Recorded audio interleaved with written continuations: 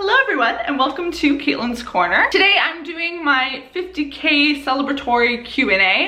I asked you guys to leave questions in my last video, my plan with me video. There were so many questions, lots of them related to bullet journaling, some other lifey type things. So I'm going to try and get through as many as possible. I know I mentioned this in my plan with me, but I truly am so grateful for all the love and support that you guys bring into my little corner of the internet. You know, I may be a bit biased, but I think you guys are pretty much the best subscribers ever, just saying. At the beginning of the year in my bullet journal, I had even said that 50,000 subscribers was my goal for the year, and we hit it in July, which is kind of insane.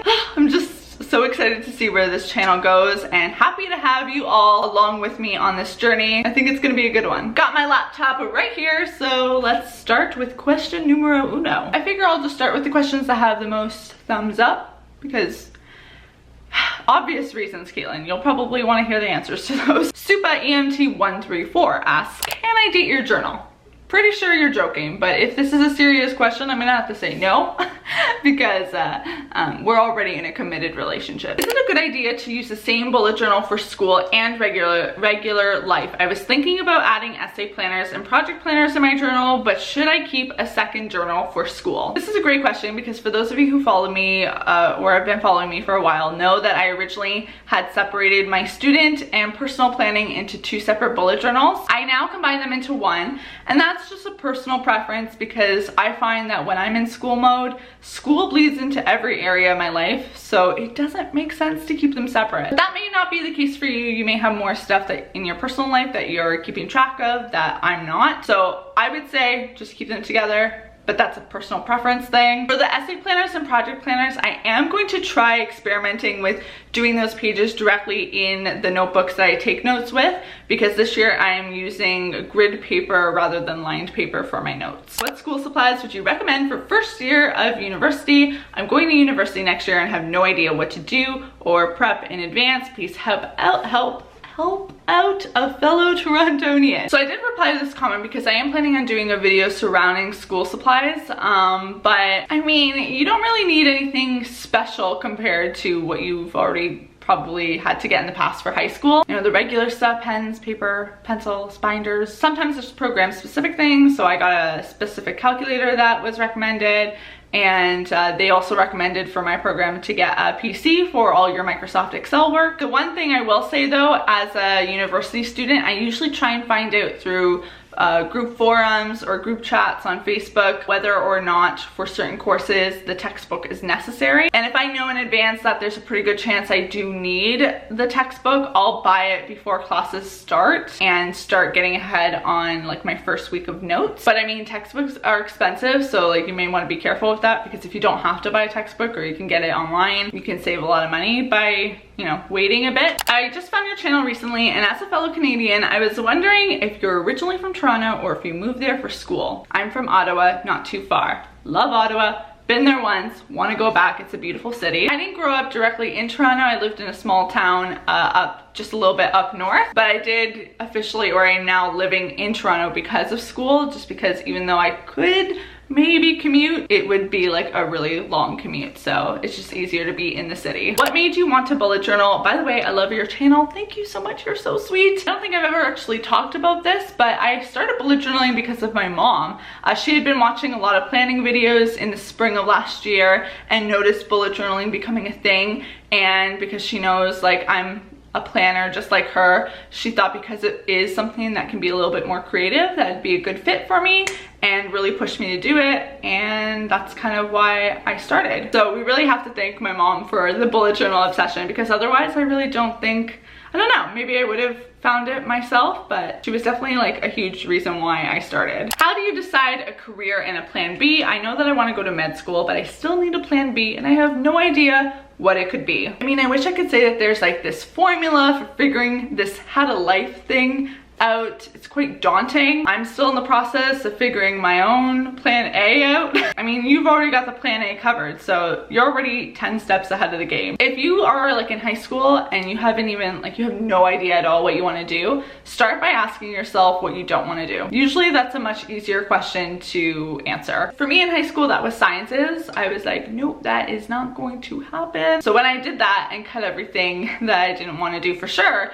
then I only had a few options to really weigh, and marketing business was just the thing that interested me the most, the thing that I found most fascinating when I was in the classroom. I also think having a blog and a YouTube channel really influenced that path for me, so I think it's always a good idea, if you have time, to find a way to dabble into many things so that you can get experiences in different areas. I think that's a good way of testing whether or not something would be of interest for you. Whatever it is you do, I would say, like, focus on the plan A. What is the thing that you want to do that's gonna make you happy? So for me personally, I don't put much thought into the plan B, C's, and D's. You know, to me, they are just stepping stones to the big goal. Hello, Caitlin. Hi, Alex. I was wondering if you have any tips for freshmen in college. I will be a senior in high school this coming school year, and I am nervous about college dorms, classes, professors, etc. I did tell you that I have a whole video on this, like university tips that are, I think, really good for freshmen. I freaked out a little bit before going into university. I mean, like, who doesn't? I don't know how you can't be a little,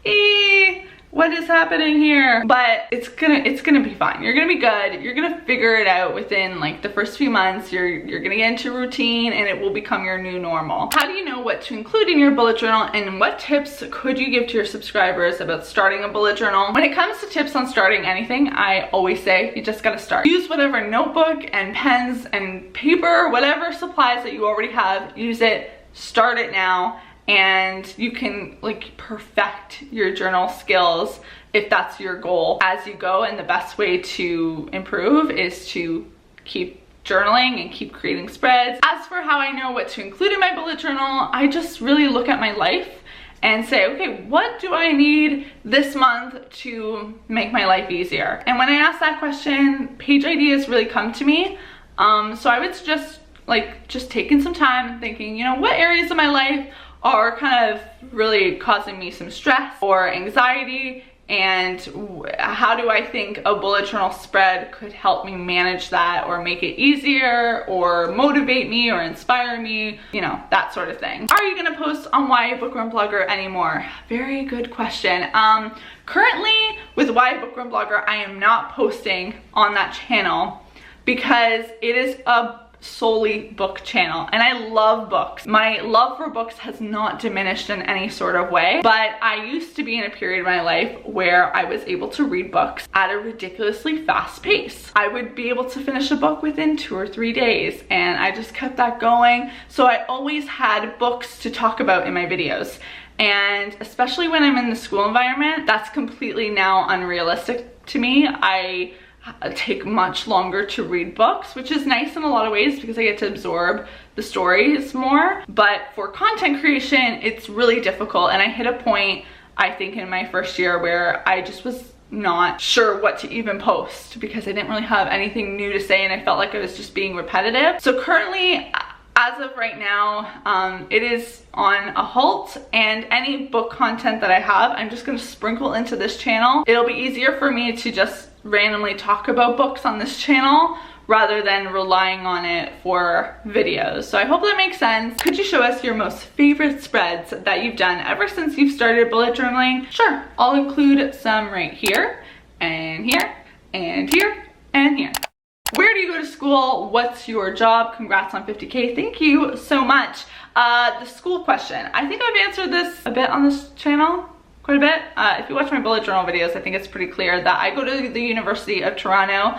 I am in the Rotman Commerce Business Program, where I specialize in management, concentrate in marketing, and I'm getting a minor in economics. It's quite the cocktail. And as for what my job is, currently it is YouTube. I'm very grateful to be in a position where YouTube can be my job while I'm in school, because if I had a traditional part-time job, that combined with school would make it pretty much impossible to stay consistent on this channel. So thank you to all of you for making this a reality. Are you bilingual? If so, how do you feel connected to your Portuguese heritage living in Canada? I am not bilingual. I'm just not around it very often. Like, both my parents are fluent, but they don't speak to each other in Portuguese, so I never really hear it from them. I only really get immersed in it when my grandparents come to visit. At one point they were living here in Canada, but then years ago they moved back to Portugal. So that base that I had when they used to live here all the time has stuck with me, and I'm able to understand a lot of conversational Portuguese, but to be actually able to communicate in Portuguese is a lot more difficult for me. As for staying in touch with my Portuguese heritage, I do think my family as a whole, like when we have our big family get-togethers, we do kind of bring in the Portuguese through food. So certain occasions we may have like rissóis or bolos de azeite, and there's certain dishes that are associated with certain events. I also am like obsessed with any item that reminds me of Portugal. So I have a galo de Barcelos right here in my living room, just to be like a little touch of Portugal here in my home. I even have certain plates that I bought specifically that reminded me like of Portugal and Europe in general. So I don't know, like I just find little ways to just stay in touch with it. But hopefully the whole like speaking thing I can pick up eventually at some point. This is a weird question, but I recently bought a bullet journal, but I'm too scared to start in case I could do mistakes. Any tips? This is not a weird question at all. I think I really struggled with this, especially at the beginning of my bullet journal journey, because the spreads aren't just for me. Like a lot of you get inspiration from the spread, so I always feel so bad if there's like a mistake, but I've been trying to get better about not fixing any mistakes that happen. But if that fear is really holding you back, try doing like sketches with pencils before you do it with black marker if you have time, or create sketches of a page like on another sheet of paper, just so that you have an idea of what you're trying to achieve, and then you can see based on the sketch if you like it, and if you like it you can spend time on making it perfect in your bullet journal. But I mean, I wouldn't let that fear hold you back too much, because the way you're going to make your bullet journal the way you probably want it to look is through practice. I've seen so many bullet journal videos, and yours were the ones that inspired me the most to start my own. Thank you.